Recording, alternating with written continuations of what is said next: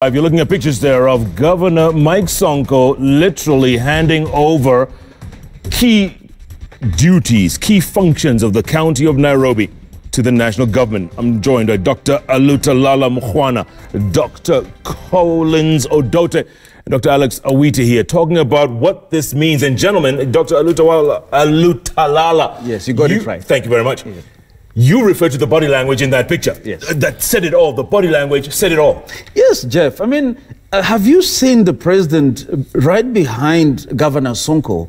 I mean, he was literally his aide-de-camp, looking at every letter and how it was going. Yeah. This guy can't be trusted even when you're present.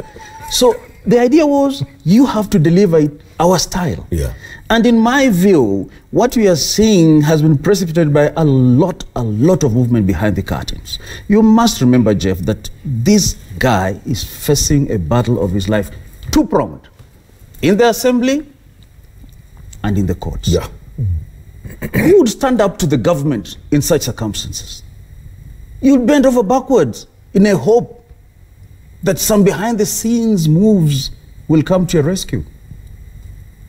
So, Dr. Odote, was this a deal struck? Was his arm twisted? Or did he preempt what was going to happen?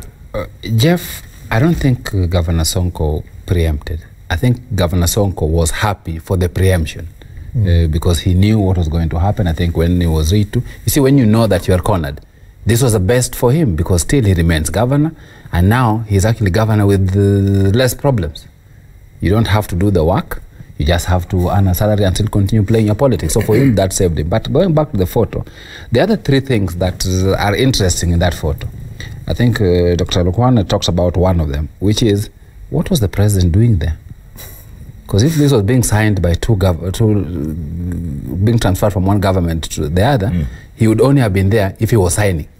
If he wasn't signing, why was he standing there? That's why the guy looked out of place. But the second person who I kept on asking myself what he was doing there is actually Eugene. With which functions were being transferred?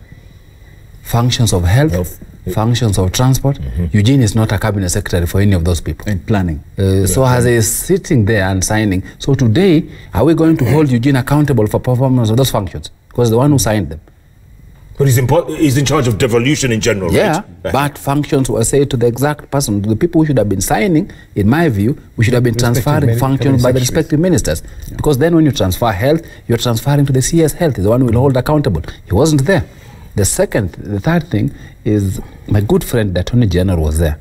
And if I see the legal issues that people are raising about this process, I wonder how well he advised the national government in terms of doing this. So those are the three things that I also see in the photo that I think is interesting to discuss. Dr. Alex Awiti, it's a good segue to the fact that, is this legal, what happened yesterday? Is it legal? I think the constitutional provisions make it legal. There is a lot of loud, resounding silence in the manner of transfer in the Intergovernmental Relations Act.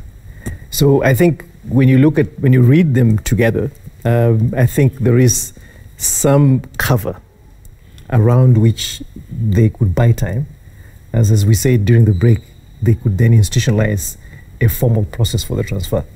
But right now, the cover is there in the vacuum and in some of the voids that are in the Constitution and in the Intergovernmental Relations Act, which basically is supposed to be activating Article 187 of the Constitution. But as we pointed out, the regulations have already been written in that. And what is also interesting is that even though the powers have been transferred from the county to the national government, the constitutional responsibility still rests with the county government. So again, the question is it a transfer or a transfer? You know, it's almost like a gentleman's agreement. And as Collins has basically said, this provides Sonko with it saves face for Sonko. It's a very honourable way to exit a very, very messy kind of, you're caught between the devil and the deep blue sea. You know, those two things. You're facing legal action and you're facing a potential impeachment in the county assembly. So Dr. Mkhwana, you wanted to add to that? Yes, I wanted to add something. Jeff, your question is, was it legal? Without a doubt, it was. It was not the neatest, but it was.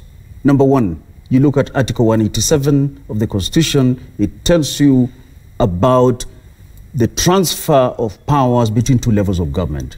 Two levels of government are defined as the county government on one hand and the national government on the other hand. Now, it says that this power may be transferred from one level to another, and it gives the objects and the principles that must guide that process.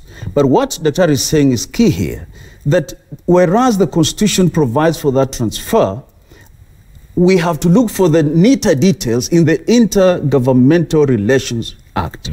Now, Jeff, whenever an act is enacted, the procedures of how to implement it are always provided for in the regulations.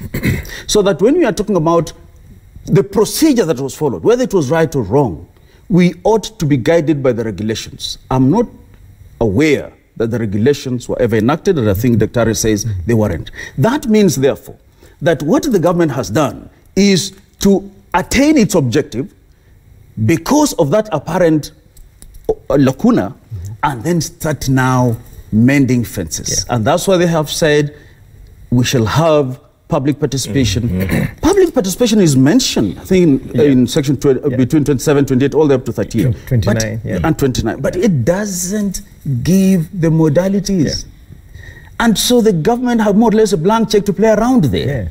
And so if you ask, and Dr. says the Attorney General was there, didn't he advise the state? Of course, as you know, from the days of Honourable Moswako, then came the other Attorney Generals. When you get these jobs, it's not so much about what you have here in terms of professionalism. It's about what are the interests that you're serving. So you have to temper, professionalism and the interests you're serving. For God's sake, you're appointed by the president. And he's a politician. Yeah, even in America, it's the same thing. Thank you. Jeff, this is the one area where I slightly disagree with my colleagues. I think there's constitutional powers to transfer from one level to the other. But I think the process in which this was done falls short of certain legal requirements. Let me start with the one that my colleagues have spoken about. Public participation, I think, is mandatory under the Constitution. It's alluded to in the Intergovernmental Relations Act. The fact that even government is now doing it shows they recognize that they should have done it. Doing it now is for what purpose? Because public participation is supposed to influence a decision. They are telling us this decision will come into effect 21 days from today, but we have already entered into it and signed. If today, as part of the discussions, because one of the reasons why you transfer functions is because one level is unable to perform it, they don't have capacity. If today it's then decided, oh no, by the way, of these functions you are transferring, we actually have capacity to perform the functions of health. That's what the public consultations say. Do you think the decision will be changed? No. Secondly, Jeff, we know the challenges that Governor Sonko has been going through. We know that. I'm watching for evidence that Governor Sonko had a cabinet meeting to be able to have conversations around the functions that they were transferring. I'm looking for that. Thirdly, Jeff, I know from the county assembly dynamics that the county assembly was taken aback. This is not the kind of thing that I think you just wake up and do. The Constitution says the county assembly should be notified. Definitely doesn't say when. But I think good sense would require that as you enter into the conversations, you bring them on board. That's when, because this is not a small thing. And the reason why this is important, Jeff, as I was coming in, a friend of mine told me, this is the death of devolution. Because of the message that sends, I think the manner in which this was done should have been done in a much more legitimate manner. And I think, in my view, I would fall foul of saying, I don't think this meets the legal requirement. Yeah, real quick, Dr. Awiti, before we go to break, why not dissolve the county altogether? Dissolve it and have Nairobi run a part of the national government like they do in Abuja or Washington, D.C. Too many booby traps. Well, I guess that could be kind of the path, the end of that path, if we were to kind of take this in a logical way.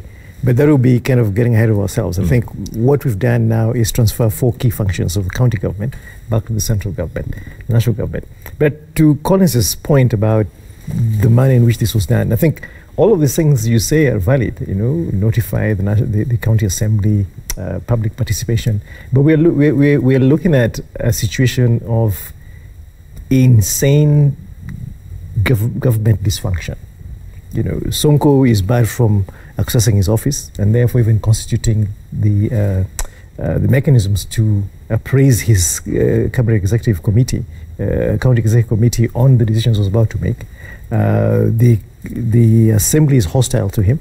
So I think if you look at all these circumstances under which the Nairobi County obtains, it was really difficult to kind of execute this in a methodic way. But I think fundamentally, as we have suggested, Section 187, we're not in the process was not in violation of Section 187 in spirit, and not in violation of Section 29 of Article 187 of the Constitution, and not in violation of Section 29 of the Intergovernmental Relations Act. I think what is problematic is doing the public participation after the fact, and as you rightly point out, what's the point? Let's take a break and then we'll come back, Doctor, and talk about the fact that why couldn't they have waited until the impeachment move next week? Why did they put the cart before the horse here? And also, who takes care of the day-to-day? Kajo and MCAs, what happens to them in the cabinet? You know, there's so many questions and Nairobians want to know. Let's talk about that when we come back. Keep tweeting, and also your tweets. We'll read them too when we come back. Keep tweeting at Koinange Jeff, at Citizen TV Kenya, the hashtag JKLive. JKLive takes a break. We'll be back in a moment.